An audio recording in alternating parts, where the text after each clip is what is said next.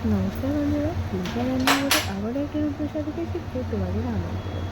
আজকে আমি পাঁচমিশালি সবজি দিয়ে মাছের তেলের চচ্চড়ি বানাবো। চলো এটা কীভাবে বানাই তোমাদের সাথে শেয়ার করি। কড়ার মধ্যে তেল দিয়ে নিয়েছি। তেল দিয়ে নেওয়ার পর শুকনো লঙ্কা আর পাঁচফোড়নের ফোড়ন দিয়ে নিয়েছি। শুকনো লঙ্কা আর পাঁচফোড়নের ফোড়নটা দিয়ে নেওয়ার পর ফোড়নটা যখন ভাজা হয়ে গেছে, একটা পেঁয়াজ আমি কুচিয়ে নিয়েছিলাম, সেটাকে দিয়ে নিলাম। পেঁয়াজটা দিয়ে নেওয়ার পর সেটাকে বেশ নেড়ে চেড়ে একটু ভেজে নিলাম। আচ্ছা, পেঁয়াজটা কিন্তু এখানে আমি একটা মিডিয়াম সাইজের পেঁয়াজ দিয়েছি। তারপরে পরিমাণ মতো রসুন কুচি আর পরিমাণ মতো আদা পেস্ট দিয়ে নিয়েছি। তারপরে বেশ কিছুক্ষণ ভেজে নিয়েছি। তারপরে ফুলকপি দিয়ে নিলাম। ফুলকপিটা দিয়ে নেওয়ার পর এইগুলোর সাথে বেশ নেড়ে চেড়ে বেশ কিছুক্ষণ ভেজে নেব। তার আগে একটু লবণ আর একটু হলুদ দিয়ে দিলাম, যাতে ফুলকপির কালারটা খুব সুন্দর আসে। দেখবে ফুলকপিতে যদি কালার সুন্দর আসে, এটা কিন্তু দেখতে বেশ ভালো লাগে। যতক্ষণ দেখবে হলুদ না দাও, ততক্ষণ কিন্তু এর কালারটা ঠিকঠাক আসে না। ভাজা হলেও মনে হবে যে ভাজা ভাজা ভাজা হয়নি। ফুলকপিটা যখন দেখবে একটু ভাজা হয়ে গেছে, সেই সময় আলু আর গাজরটাকে দিয়ে নিলাম।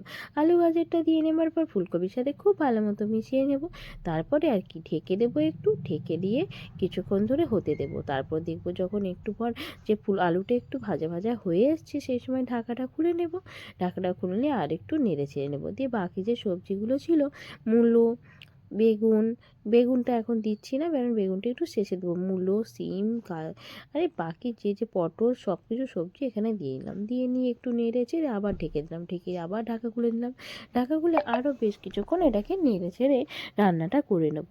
দেখো, সবজি যততে জল কম না মানে জল না দিয়ে এরকম সবজির জলে যদি রান্নাটা করতে পারো, তাহলে রান্নার কিন্তু স্বাদটা দেখবে বেশ ভালো আসে। ব্যাস, তারপরে আর কি বেগুনটা দিয়ে নিলাম। বেগুনটা দিয়ে নেওয়ার পর সবজির সাথে খুব ভালো মতো মিশিয়ে নিয়ে আবারও ঢেকে দেবো। ব্যাস, ঢেকে দিয়ে এটাকে আরও বেশ কিছুক্ষণ ধরে এটা রান্না করে নেব। দেখো, এরপর আমি এটাকে একটুখানি লবণ দিয়ে নিলাম আর একটুখানি, আচ্ছা, রান্নাতে কিন্তু অবশ্যই জিরে গুঁড়ো, ধনিয়া গুঁড়ো, হলুদ গুঁড়োর ব্যবহার করবে, তাতে কিন্তু রান্নার স্বাদটা বেশ ভালো হবে। আমি একটু ধনিয়া গুঁড়ো এখানে দিয়ে দিলাম, মিশিয়ে নিলাম। মিশিয়ে নেওয়ার পর এটাকে একটু ঢেকে দেবো। এই রান্নাটা এতটা সুন্দর হয়েছিল, এই রান্নাটা দিয়ে কিন্তু তুমি পুরো ভাতটা খেতে পারবে। যারা মাছের তেল খাও না না, তারা একবার রান্নাটা করে দেখো। মাছের তেল দিয়ে এরকম যদি পাঁচমিশালি সবজি রান্না করো, তাহলে একবার কেন বারবার খেতে ইচ্ছা করবে। তবে একটা কথা বলি এখানে, অবশ্যই এর মধ্যে কিন্তু পেঁয়াজ কলিটার ব্যবহার করবে, কারণ পেঁয়াজ কলির স্বাদটা কিন্তু এই রান্নায় ভীষণ ভীষণ ভীষণভাবে ভালো লাগে। তো আমি পেঁয়াজগুলিটা দিয়ে নিলাম। বেশ কিছুক্ষণ এই সবজিগুলোকে নাড়াচাড়া করার পর তারপরে শুকনো কাঁচা লঙ্কা দিয়ে নিয়েছি। একটু গুঁড়ো লঙ্কাও দিয়ে নিলাম, ঝাল অনুযায়ী, যে যেমন ঝাল সে সেরকম দিয়ে নিও। তারপর এটাকে বেশ কিছুক্ষণ ধরে নেড়ে দিলাম। আর একটা কথা, মাছের তেলটা যেন অবশ্যই ভালো হয়। তেতো মাছের তেল দিয়ে কিন্তু এই রান্নাটা ভালো হবে না, এটা মনে রেখো। তারপর দেখো, বেশ কিছুক্ষণ নেড়ে চেড়ে আমি দেখে নেবো এবার সবজিগুলোকে সিদ্ধ হয়ে গেছে কিনা। যখন দেখো সবজিগুলো যখন দেখবো সিদ্ধ হয়ে গেছে, এর মধ্যে ওপর দিয়ে একটু ধনেপাতা আমি দিয়ে নেব।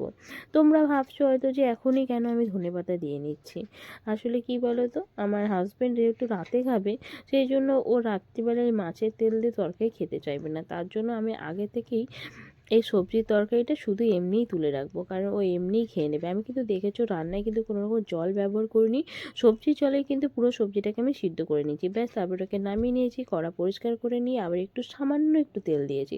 তারপরে মাছের তেলটাকে এভাবে আমি দিয়ে নিলাম। মাছের তেলটাকে দিয়ে নেওয়ার পর এইভাবে নেড়ে ছেড়ে মাছের তেলটাকে খুব ভালো মতো ভেজে নিয়েছি। তারপরে যে সবজিগুলোকে আমি দিয়ে নিলাম। সবজিগুলোকে দিয়ে খুব ভালো মতো এর সাথে মিশিয়ে নেবো। ব্যাস, মেশানো হয়ে গেছে। এরপর আর কি, রান্নাটা আমার প্রায় রেডি।